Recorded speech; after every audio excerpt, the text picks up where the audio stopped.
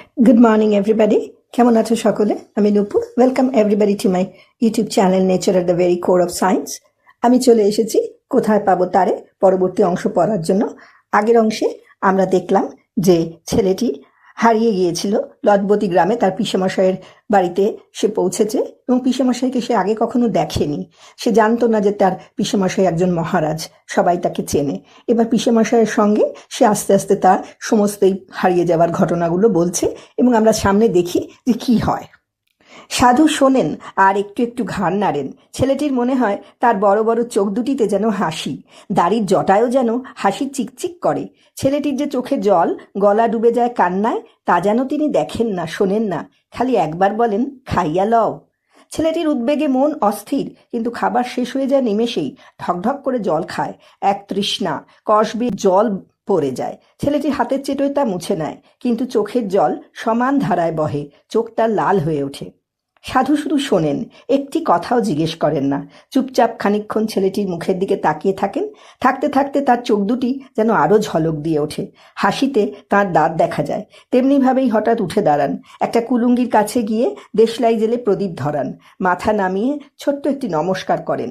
তারপরে ছেলেটির সামনে এসে গায়ের গেরুয়া কাপড়ের টুকরো দিয়ে তার চোখের জল মুছিয়ে দেন। চিবুক ধরে বলেন, চলো তোমারে দিয়ে আসি তোমার আত্মীয়ের কাছে। ছেলেটির হাত ধরে বাইরে এসে ঘরের শিকল তুলে দেন। একবার মাধবীলতায় ঘেরা সামনের ঘরটির দিকে তাকান, তারপর আগল ঠেলে গ্রামের পথে এগিয়ে যান। ইতিমধ্যে অন্তঃছটায় সারা আকাশে রক্তিমায় কালির ছোপ লেগেছে। ঈষৎ রক্তাভ পশ্চিমের আকাশের গাছের আড়ালে আবডালে চোখে পড়ে। সন্ধ্যা নেমেছে, পাখিদের ডাকাডাকি শেষ হয়েছে। চারিদিকেই একটা স্তব্ধতা, কেবল ঝিঁঝির ডাক শোনা যায়। তার মধ্যে দু একটা পাখি চকিত ডাক যেন ভীরু জিজ্ঞাসার মতো বেজে ওঠে। সাধু এঁকে বেঁকে গ্রামের নানান পথ ধরে প্রায় আর এক প্রান্তে আসেন। এসে একবার দাঁড়ান একটা বড় পাকা কোঠার সামনে। বড় কোঠা, একতলা, উঁচু বারান্দা, কয়েক ধাপ লম্বা সিঁড়ি। সেইখানে সাধু একবার কপালে হাত ঠেকান। তারপর সেই কোঠার শেষে টিনের চাল দেওয়া কাঠের ফ্রেমে বাঁধানো টিনের বেড়া এক ঘরের সামনেই দাঁড়ান। ঘরের দরজা এদিকে নয়, সামনেই একটা উঠোন দেখা যায়। উঠোনে তুলসী মঞ্চে প্রদীপ জ্বলছে। একটু আগেই সন্ধ্যা দেখানো হয়েছে। উঠোনের এক পাশে একটা লাউ মাচা দেখা যায়। সাধু আর অগ্রসর না হয়ে সেখানেই দাঁড়ান। ডাক দেন, সুরবালা, সুরবালা। ছেলেটির মনে পড়ে যায় এই তার পিসিমার নাম। বাবার মুখে সে অনেকবার শুনেছে। কোনো সারা শব্দ পাওয়া যায় না, কিন্তু একটু পরেই পায়ের শব্দ পাওয়া যায়। আলোর রেশ চোখে পড়ে। হ্যারিকেন হাতে কপাল অব্দি ঘোমটা টাকা বউ দাঁড়ায়। বউটির কপালে সিঁদুর, শীতে সিঁদুরের রক্তাভা, পরনে লাল পাড় শাড়ি, হাতে শাঁখা ও নোয়া। ফর্সা রং, ঝকঝকে চোখ। ছেলেটির বুকের ভিতর নিঃশব্দে বেজে ওঠে, পিসিমা, পিসিমা। কিন্তু এই পিসিমা যেন সেরকম নন যেমন তাকে অন্য সময় দেখা গিয়েছিল। এ মুখ যেন অন্যরকম, গম্ভীর নয় অথচ গম্ভীর। সন্ধ্যাবেলার মতোই ছায়া ছায়া, নিশ্চুপ, নিস্তব্ধ। তিনি এসে একবারও ছেলেটির দিকে তাকান না, সাধুর দিকে চোখ তুলে দেখেন। সাধু বলেন, এই তোমার দাদার পোলা, একজন দিয়া গেল, 4 গ্রাম থেইকা আইছে, এর মুখেই সব শোনবা। পিসিমা যেন চকিত হয়ে ছেলেটির দিকে তাকান, তার নাম ধরে ডেকে ওঠেন, এ কি তুই? ছেলেটির চোখেও তখন আবার জল এসে পড়েছে। সে সাধুর হাত ছাড়িয়ে ছুটে গিয়ে পিসিমাকে জড়িয়ে ধরে। পিসিমা তাকে এক হাত দিয়ে জড়িয়ে ধরে সাধুর দিকে চেয়ে জিজ্ঞাসা করেন, কি ব্যাপার? কিছুই তো বুঝি না। গলায় তাঁর উদ্বেগ। সাধু কিন্তু হাসেন, বলেন, পোলাপানের মন স্বপ্নের মধ্যে ডাক শুইনা দৌড় দেয়, সব কথাই ওর মুখে শুনবা। আজ রাত্রে আর হইব না, কাল সকালেই আমি লোক পাঠাইয়া 4 গ্রামে খবর দিয়া দিব। বলেও তিনি কয়েক মুহূর্ত চুপ করে দাঁড়িয়ে থাকেন। পিসিমাও নীরব। ছেলেটি পিসিমার কোলের কাছ থেকে মুখ ফিরিয়ে একবার সাধুর দিকে দেখে।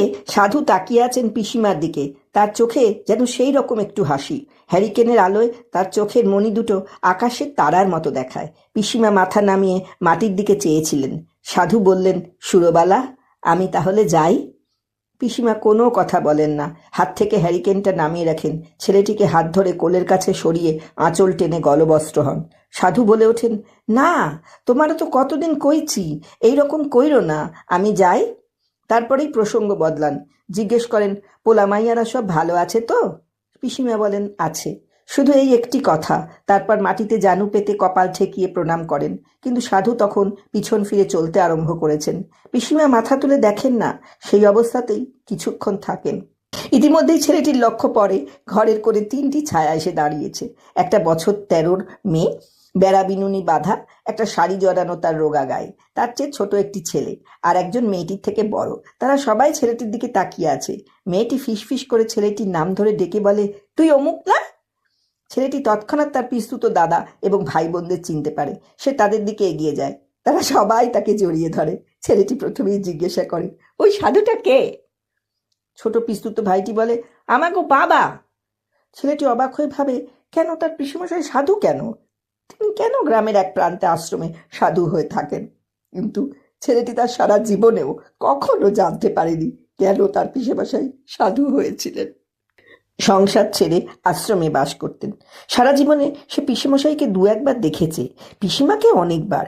পিসিমার শান্ত স্বল্পবাক উজ্জ্বল গভীর চোখের দিকে তাকিয়ে তার চিরদিনই মনে হয়েছে বিশ্ব সংসারের সবকিছুকে হয়তো চেনা যায় না, দেখা যায় না, কিন্তু কি একটা সেই নামহীন ব্যাখ্যাহীন অনুভূতি দিয়ে শুধু এইটুকু সে বুঝেছে, লদবদির সেই দম্পতির মাঝখানে যে বিচ্ছিন্নতা, তার মধ্যে কোথাও যেন একটা সেতুও আছে।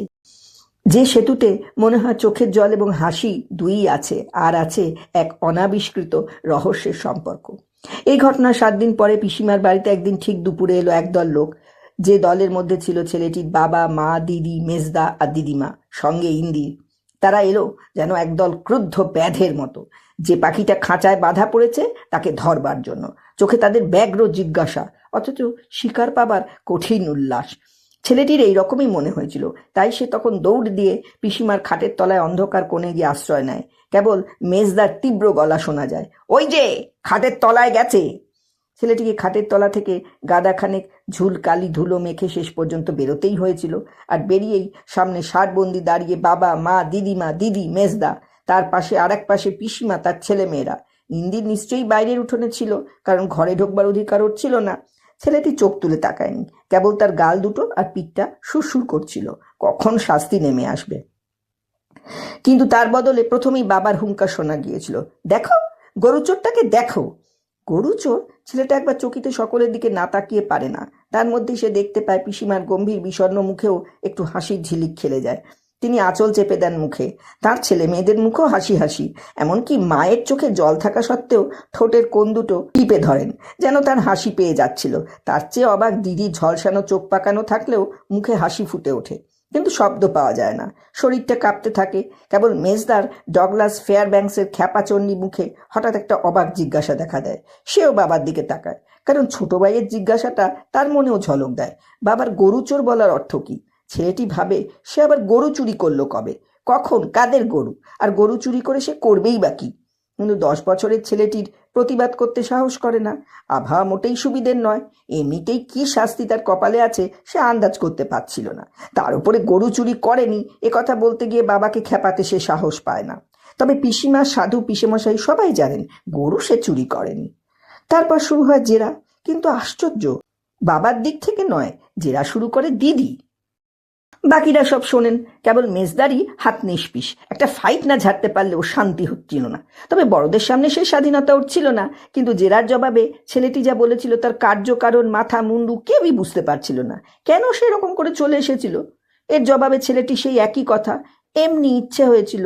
কেন তা সে জানে না। মায়ের আর ধৈর্য থাকেনি। তিনি ঠাস করে এক চর কষিয়েছিলেন, বলেছিলেন, জানবি কেমনে, তরে যে ভূতে ধরছিল, বলে আরেকটি চপেটাঘাত, আর তার সঙ্গে শপথ, তোর ঘাড়ের ঠেইকা আমি ভূত ঝাড়াইয়া দিমু।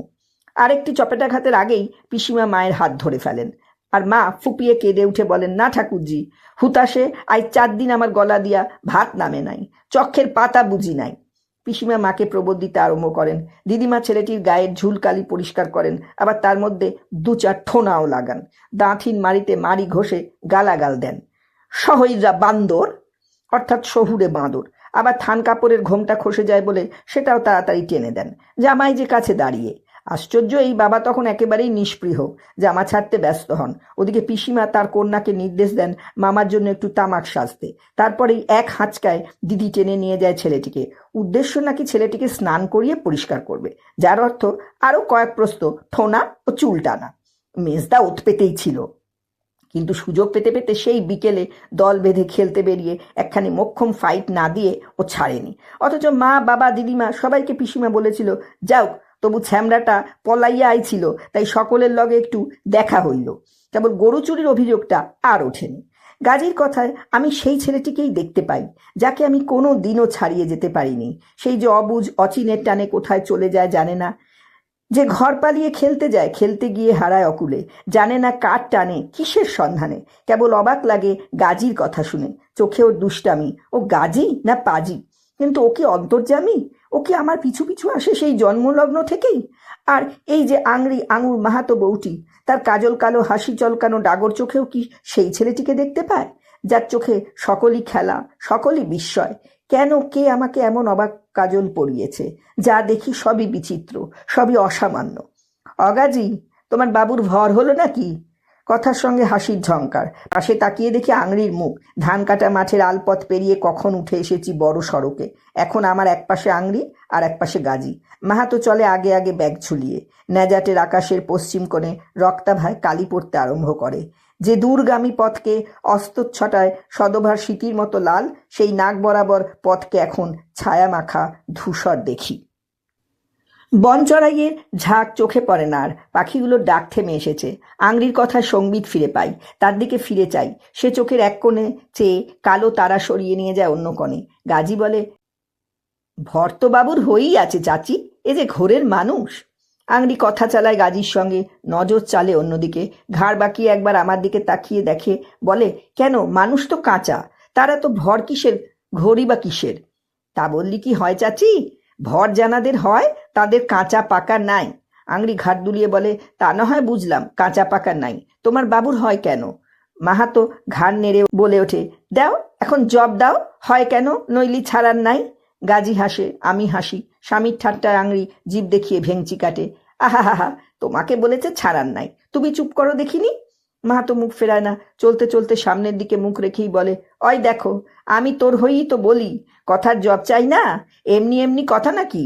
বুঝতে পারি মাহাতো মশাইয়ের উল্টো দিকে ফেরানো কালো প্রকাণ্ড মুখে বিতলে হাসি ঝলকায়। সাহস করে ফিরে তাকাতে পারে না, পাছে গিন্নির চোখে হাসি ধরা পড়ে। আংড়ি বলে, এমনি হোক অমনি হোক, তোমাকে কথা বলতে বলেছে কে? মাহাতো সেই একই ভাব, মুখ ফেরাবার নাম নেই। ঘাড়ের কাছে মাংসের চাপে ঘাড় গর্দান প্রায় এক, যেন জাম্বুবান চলেছে। আওয়াজ আসে, তা কেউ বলে নাই, তা ওই কথা শুনলি কথা কইতে ইচ্ছা করে কিনা তাই।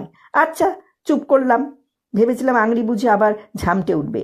মাহাতোর কথার মধ্যে হাসি রহস্যের সুট্টুকু তো ছিল, কিন্তু আংড়ি নিশ্চুপে হাসে গাজীর দিক চেয়ে, আবার কর্তার দিকেও তাকায়, তাকিয়ে ইশারা দেয় গাজীকে, যেন বলতে চায়, তোমার মাহাতো চাচাটি ভারী পাজি, খুব চিনি। তারপর একবার নজর চালিয়ে দেখে নেয় আমাকে। গাজী বলে, বাবুকে তুমি নিজেই পুছ করো তয়, ভর ঘোর কেন হয়? কিসের ভর কিসের ঘোর তাই বুঝি না। কি মনে হয় আংড়ির কি বলতে চায় সে? কি কথা যে বলা বলি করে তারা কে জানে। দেখি আংড়ি হাসে, হাসে আর দাঁত দিয়ে ঠোঁট চেপে হাসি চাপে, আর ঘন ঘন দৃষ্টি চলে। তারপরও হঠাৎ শুনি, কই গো বাবু, বলো না কেন? এবার সরাসরি সোজাসুজি, ঘাড় কাত করে কয়েক মুহূর্ত চোখে চোখ রেখে মুখোমুখি কথা। অবাক লাগে, চমক খাই, হেসে বলি, কি বলবো তাই তো বুঝি না, কিসের ভর কিসের ঘোর। আংড়ির বিশ্বাস হয় না, ধন্দ লাগে, তাই অবিশ্বাসে ঘাড় বাঁকায়। ঝিলিখানা চোখ দুটো কেমন করে যেন পাকায়। পান রাঙানো ঠোঁট ফুলিয়ে গাজীকে বলে, শুনলে তো কথা, তোমার বাবু ঘোর ভর বোঝে না। গাজীর ফাটা ঠোঁট হাসিতে এগাল ওগাল ছড়িয়ে যায়। লাল দাঁত দেখিয়ে বলে, বুঝতে পারলেন না বাবু? চাচি জিজ্ঞেস করে, বাবু আমার এমন কাঁচা, তয় কেন দেওয়ানা হই ঘোরেন? দেওয়ানা কোথায় দেখলে? আমি ঘুরতে বেরিয়েছি। গাজী তাড়াতাড়ি বলে, তাই দেখি কি কথা বাবু, ভাব দেখি কথা হয়, কথা শুনি কথা হয়। আংড়িও তার সঙ্গে জোরে, দেখে বিবাগী বিবাগী লাগে। গাজী আরও যোগান দেয়, চোখ মুখ গুলান তো আর রেখে আসতে পারেন নাই। আংড়ি বলে, যেন ঠাঁইনারা মানুষ, ঠাঁই কোথায় জানে না। কেন? এত কথা তো ভেবে দেখিনি। এমন জিজ্ঞাসাবাদের জবাবও তাই জানা নেই। কি এক টানে যেন চলি, যে টানের নাম জানা নেই। সেই চলার নির্দেশ কি তার খবরও পাইনি। তবে দেওয়ানা নই এইটুকু জানি, বিবাগী নই তাও জানি, ঠাঁইনারা হয়ে ঠাঁই খুঁজে ফেরার মানুষও আমি নই। সংসারেতে দানা খুঁটে অন্ন পাই, জীবনযাপনের ভাবনা আমার পাকে পাকে জড়ানো, নিরাপত্তার চিন্তা আমাকে কখনো ছেড়ে যায় না। জগৎজনের সকলের সঙ্গে আমি একাকার, সকলের সঙ্গে আমার পা পড়ে। দেওয়ানি বিভাগী আমি নই, তবু সেই যে এক নাম না জানা টান, যার নাম হদিশ কিছুই জানা নেই, তার ব্যাখ্যা করি সে ভাষা আমার অজানা। অতএব এদের কথার কি জবাব দেব বুঝতে পারি না। আংরি তখনও বলে, লোকে বলে জানাও মনে মনে জানা, তা তোমার তো দেখি চোখ দুখানি ঠিক আছে, মনের যেন ঠিক ঠিকানা নেই। কেন ঘর গৃহস্থী বসত সঙ্গত নাই নাকি? বলে আংরি একটু চোখ ঘুরিয়ে ভুরু নাচায়। আমি যেন দেখি সব মিলিয়ে আংরির শরীর ঘিরে অপরূপ এক নাচের ছন্দ। কিন্তু কথা বলবার আগেই ওদিক থেকে মাহাতোর আওয়াজ আসে, হ্যাঁ জব দিতে হবে, জব চাই। শুনে আমার হাসি সামলানো দায় হলো। দেখি মাহাতোর কাঁধের ব্যাগটা পর্যন্ত কাঁপে, হাসিতে সেও ফুলছে। এদিকে ভুরু কুচকে আংরি চায় গাজির দিকে। গাজিও হাসি চাপতে পারে না, বলে চাচার যে কথা। আংরি বলে, সবাই মিলে আমাকে ঠাট্টা করছো? মাহাতো এবার ফেরে, যদিও হাসিতে তার কালো মস্ত মুখখানি ঝকমকিয়ে রয়েছে। হাসি চাপতে চাপতে বলে, কেন মন্দ কি বলেছি? অমশাই জব দেন না? আংরি অমনি ঝামড় দিয়ে বসে, তুমি কথা বলছো? মাহাতো তাড়াতাড়ি মুখ ফিরিয়ে কয়েক পায়ে গিয়ে যায়, যেতে যেতে বলে, আচ্ছা আচ্ছা আমি আর কিচ্ছু বলবো না। মাহাতোর মধ্যে যে এমন একটা দুষ্টু রসিক রগুড়ে আছে এতক্ষণ তা বুঝিনি। ভেবেছিলাম বংশধরের ক্ষুধা একটা লোক 10 মিলে চলে। আসলে কোথায় যেন একটা ক্লান্তিতে সে নত, বিষণ্ণতায় আসন্ন। কিন্তু সে যে এমন রসের ধারায় টকবগানো ধরতে পারিনি। আংরির সামনে গলা খুলে হাসতে পারি না, নিঃশব্দে ফুলে ফুলে উঠি। গাজীর অবস্থাও সেই একই প্রকার। হাসি চাপতে গিয়ে সে দাড়ি ঝাড়া দিয়ে ডেকে ওঠে, জয় মুর্শেদ। আংরি যেন রেগে বলে, দু চোখে দেখতে পারি না। অথচ দেখতে না পেরেও ব্যাগ কাঁধে, কোমরে চাদর বাঁধা, আগে আগে চলা, ঘাড়ে গর্দানে মাংসল কালো লোকটার দিকে কয়েক মুহূর্ত চেয়ে থাকে। তারপর আমার দিকে ফিরে ঠোঁটের কোণে একটু হাসি ছিটিয়ে দেয়। কপট রাগ, বিষ নেই, এই কথাটা জানতে পারি। এবার আমার জবাবটা তার পাওয়া উচিত। তাই বলি, সেসব কিছু নয়, আমার সবই আছে। আংরি অমনি বলে ওঠে, তাই কি মানি নাকি? মিছে কথা। না, সত্যি বলছি। তবে কি আমরা চোখের মাথা খেয়েছি নাকি? অবাক হয়ে বলি, কেন? আংরি বলে, সব থাকলে কাউকে এরকম দেখায় নাকি? যেন দিশা দিশা নাই, ঘর ছাড়া, মানুষের ঠিক নাই। এতটা মেনে নেব না, কিন্তু এই যে আংরি, এর চোখ আর মন আমার নয়। ওর দেখা বোঝাটাতে আমি সহসা বদলাতে পারি না। তাই যুক্তিতর্কে যাব না, হেসে বলি, সেটা তো আমার কপালের দোষ। অমনি গাজী আওয়াজ দেয়, ওই শোনো, কথা কাকে বলে? আংরি ঘাট ফিরিয়ে চায়, হঠাৎ কিছু বলতে পারে না, কিন্তু চোখ সরিয়ে নেয় না। তার কালো ডাগর চোখে যেন কুলুপ কাঠি। আমার মুখের দরজায় তালা খুঁজে ফেলে, দৃষ্টি দিয়ে বিঁধিয়ে বিঁধিয়ে খোঁজে, খুলবে, ধন্দ খুঁচিয়ে দেখবে আমাকে। ওদিকে মাহাতো দাঁড়িয়ে পড়েছে, দূরত্ব কমিয়ে সকলের সঙ্গ ধরে আমাকে বলে, উইটি মশাই, আপনার ঠিক কথা নয়। তখন থেকে আমারও মন বলছে এ লোকের ছাঁদন বাঁধন নাই। ভেবেছিলাম আর একবার হাসির জোয়ার লাগবে, কিন্তু মাহাতো মশাইয়ের ভাবভঙ্গিতে তার হদিশ নেই। আমার থেকে সেটা আংরি বেশি বোঝে। তাই সে স্বামীর সঙ্গে তাল দিয়ে বলে ওঠে, আমি তো সেই কথাই বলছি গো, বয়সের বেলা দেখলে বোঝা যায় না, তাই এই বেলাতে কেউ ঠিকেনা ছাড়া ঘোরে? বলে আংরি হাসে। নিছক হাসি নয়, তাতে সপ্রশ্ন গাম্ভীর্যেরও ছোঁয়া আছে। কি বলবে বলো? বলার কিছু নেই, সকলেই নিজের নিজের মন আর স্বভাব বলে কথা আছে। মাহাতো বলে, তবে ওই যে শুনলি সব নাকি ওনার কপাল দোষ। আংরি বলে, সে দোষ তাহলে কাটিয়ে দিই আমরা। সে ওষুধ জানা নাকি আছে আঙুরলতার? অবাক হয়ে চোখে দেখি, তার ডাগর চোখের কালো তারায় কি এক গুপ্ত কথা চিকচিক করে। মাহাতো বলে, কি করি? ঘরে নিয়ে ধরে রাখবো। সর্বনাশ! ভেরি বাঁধে নোনাকুলে এইটুকু কি বাকি নাকি আমার? মাহাতোর লাল চোখ দুটো বড় হয়ে ওঠে, বলে, ওই বাবা, ঘরে নিয়ে ছোঁড়া ধরি রাখবার মন্তর? কথা শুনে আংরি হঠাৎ লজ্জা পায়, হাসতে গিয়ে ভুরু কোঁচকায়, ঘাড়ে দোলা দিয়ে ঘোমটা টেনে ধমক দেয়, ছি, কি মুখ গ! আমি ধরে রাখবো বলেছি নাকি? মাহাতো যেন অসহায় হয়ে একবার গাজীর দিকে যায়, বলে, তয় কেন? আমার মেয়ে নাই? আমার চাপা নাই ঘরে? শুনে মাহাতো আর গাজী একযোগে অট্ট হেসে মাঠ কাঁপায়। আমি ভাবি, ছোড়া দরবার ফাঁদ যে মেয়ে, সে বিষয়ে আংরির নিজস্ব মতে ভুল নেই।